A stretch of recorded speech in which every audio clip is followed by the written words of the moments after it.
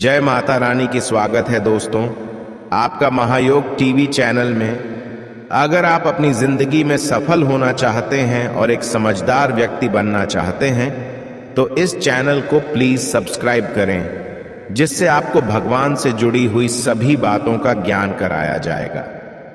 तो इस वीडियो में हम बात करेंगे, चलिए जानते हैं कि गणेश विसर्जन किस तरह से किया जाए और क्या इसका शुभ मुहूर्त है। इस वीडियो में हम वह सभी बातें जान लेते हैं और कौन से उपाय किए जाएं। 10 दिनों तक चलने वाला गणेशोत्सव पर्व अनंत चतुर्दशी तिथि पर घरों और बड़े बड़े पांडालों में स्थापित भगवान गणेश की प्रतिमा को जल में विसर्जित किया जाएगा।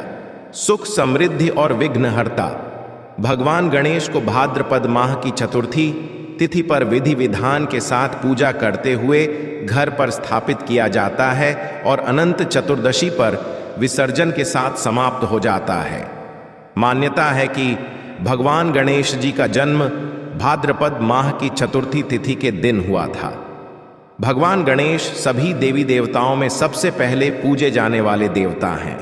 इसके अलावा सभी तरह के शुभ कार्यों में भगवान गणेश की पूजा व स्मरण जरूर किया जाता है, क्योंकि ऐसी मान्यता है शुभ कार्य को करने से पहले अगर भगवान गणेश की पूजा की जाए तो कार्यों में बाधाएं नहीं आती और कार्य सफल होता है। गणेश विसर्जन शुभ मुहूर्त क्या है? गणेश चतुर्थी मंगलवार 19 सितंबर 2023 को मनाई जाएगी। 19 सितंबर 2023 की सुबह 11:01 बजे से दोपहर 0:30 बजे तक गणेश पूजा करने का सबसे अच्छा समय रहेगा। पूजा का अंतिम दिन गुरुवार 28 सितंबर 2023 है। इस दिन गणेश जी की मूर्तियों का विसर्जन किया जाता है। गणेश चतुर्थी 2023 के दिन गोवा, कर्नाटक, गुजरात और महाराष्ट्र सहित कई राज्यों में अवकाश रहता है। इस दिन बैंक, स्कूल और सरकारी कार्यालय जैसे सार्वजनिक संस्थान भी बंद रहते हैं।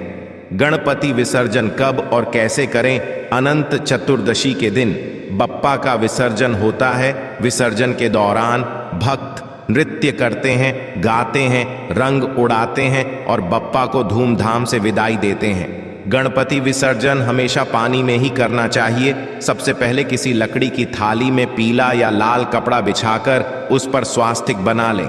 गमले में अक्षत फूल रखकर गणपति की मूर्ति को रखें। बप्पा की मूर्ति की विधिवत पूजा करें, फल और फूल चढ़ाएं और मोदक का भोग लगाएं। गणपति जी के साथ साथ मूर्ति के पूजा से जुड़ी चीजों को विसर्जित करें। इसके बाद क्षमा प्रार्थना करते हुए बप्पा के अगले वर्ष आने की कामना करें। पंचांग के अनुसार शुभ मुहूर्त और विधिपूर्वक विसर्जन से ही बप्पा की कृपा प्राप्त होती है। राहु काल में गणपति का विसर्जन न करें। गणेश विसर्जन के दिन क्या उपाय करें? बिगड़ा काम बन जाएगा। अक्सर देखा जाता है कि हम किसी काम के पूरे होने के लिए लगातार कोशिश करते हैं, लेकिन वह पूरा नहीं हो पाता है। तो अब आप चिंता छोड़कर 4 नारियल एक माला में पिरोकर गणेश जी को अर्पित करें। आपका काम बन जाएगा। परीक्षा में असफलता। अगर आप परीक्षा में बार बार असफल हो रहे हैं या आप नौकरी के लिए इंटरव्यू में असफल हो रहे हैं तो कच्चे सूत में 7 गांठ लगाकर जय गणेश काटो क्लेश मंत्र का जाप करें और उस सूत को पर्स में रखें। आपकी समस्या समाप्त हो जाएगी। किस्मत नहीं दे रही है साथ। अगर आपका भाग्य आपका साथ नहीं दे रहा है और आप उसे अपने अनुकूल बनाना चाहते हैं तो गजानन का जलाभिषेक करके लड्डू का भोग लगाएं और प्रार्थना करें। ऐसा करने आपका काम हो जाएगा। समस्याओं का ऐसे करें समाधान। यदि आप किसी समस्या से लगातार परेशान हैं तो गणपति का स्वरूप कहे जाने वाले हाथी को हरा चारा खिलाकर प्रार्थना करने से आपकी समस्या का समाधान हो जाएगा। धन प्राप्ति के लिए उपाय। अगर आप तंगी से परेशान हैं और धन प्राप्ति करना चाहते हैं तो प्रातः काल उठकर स्नान करें और गाय को शुद्ध घी और गुड़ का भोग लगाएं। आपकी समस्या जल्द समाप्त होगी। अगर आता है ज्यादा गुस्सा, अगर आपकी गुस्सैल प्रवृत्ति से आपको कई कठिनाइयों का सामना करना पड़ता है तो आप लाल रंग का फूल 7 दिनों तक भगवान गणेश को चढ़ाएं। आपका क्रोध खत्म हो जाएगा। तुतलाहट दूर करता है ये उपाय। कभी कभी देखा जाता है कि आपका बच्चा बचपन से ही वाणी दोष से ग्रसित होता है। यदि आप उसकी वाणी से तुतलाहट खत्म करना चाहते हैं तो केले की एक माला बनाकर भगवान गणेश को चढ़ाएं।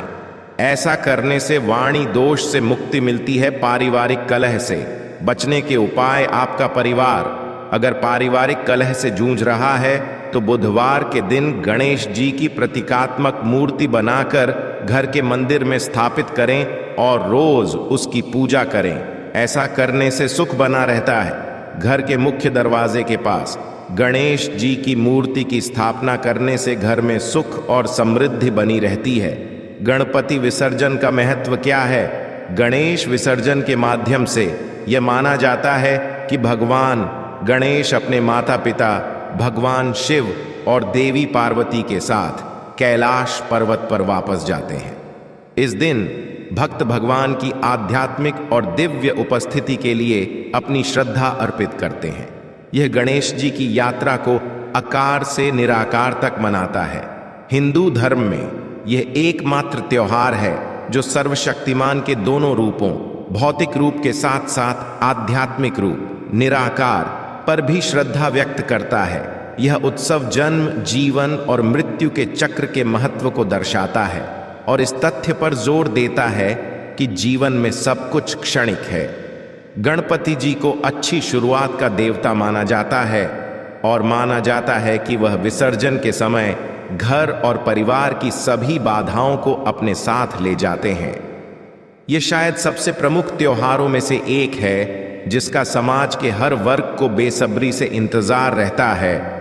गणपति विसर्जन की विधि क्या है? अनंत चतुर्दशी के दिन शुभ मुहूर्त में गणेश जी की प्रतिमा का विसर्जन किया जाता है, परंतु विसर्जन से पहले बप्पा की विधि विधान से पूजा की जाती है। इसके लिए सबसे पहले भगवान गणेश की रोली, चंदन, अक्षत, फूल, माला आदि अर्पित कर गणेश जी को मोदक समेत पसंदीदा चीजों का भोग लगाएं। साथ ही पूजन के बाद धूप दीप जलाकर मंत्र जाप और आरती करें।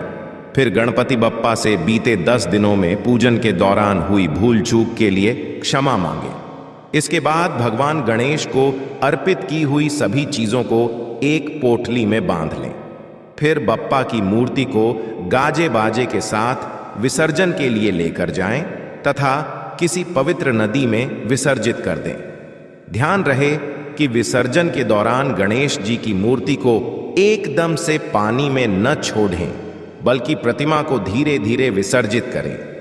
इसके बाद हाथ जोड़ ढाकर भगवान गणेश से कृपा प्राप्ति और अगले साल जल्दी आने की प्रार्थना करें। गणपति विसर्जन की कथा क्या है? धार्मिक ग्रंथों के अनुसार श्री वेद व्यास ने गणेश चतुर्थी से महाभारत कथा श्री गणेश को लगातार 10 दिन तक सुनाई थी, जिसे श्री गणेश जी ने अक्षरश लिखा था। 10 दिन बाद जब वेद व्यास जी ने आंखें खोलीं तो पाया कि 10 दिन की अथक मेहनत के बाद गणेश जी का तापमान बहुत अधिक हो गया है। तुरंत वेद व्यास जी ने गणेश जी को निकट के सरोवर में ले जाकर ठंडा किया था। इसलिए गणेश स्थापना कर चतुर्दशी को उनको शीतल किया जाता है। इसी कथा में यह भी वर्णित है कि श्री गणपति जी के शरीर का तापमान न बढ़े, इसलिए वेद व्यास जी ने उनके शरीर पर सुगंधित सौंधी माटी। अगर आपको भगवान से जुड़े बातें और जानना है तो इस चैनल को सब्सक्राइब करें। फिर आप इस चैनल पर भी जाकर देख सकते हैं, बहुत सी वीडियो हमने बनाई है और जिन पर आपको बहुत अच्छी अच्छी ज्ञान की बातें पता लग जाएंगे। तो एक बार हमारे चैनल पर भी आप जरूर देखें। और आपको अगर हमसे कुछ पूछना है तो आप हमें कमेंट करके पूछ सकते हो। मिलते हैं किसी नई वीडियो में।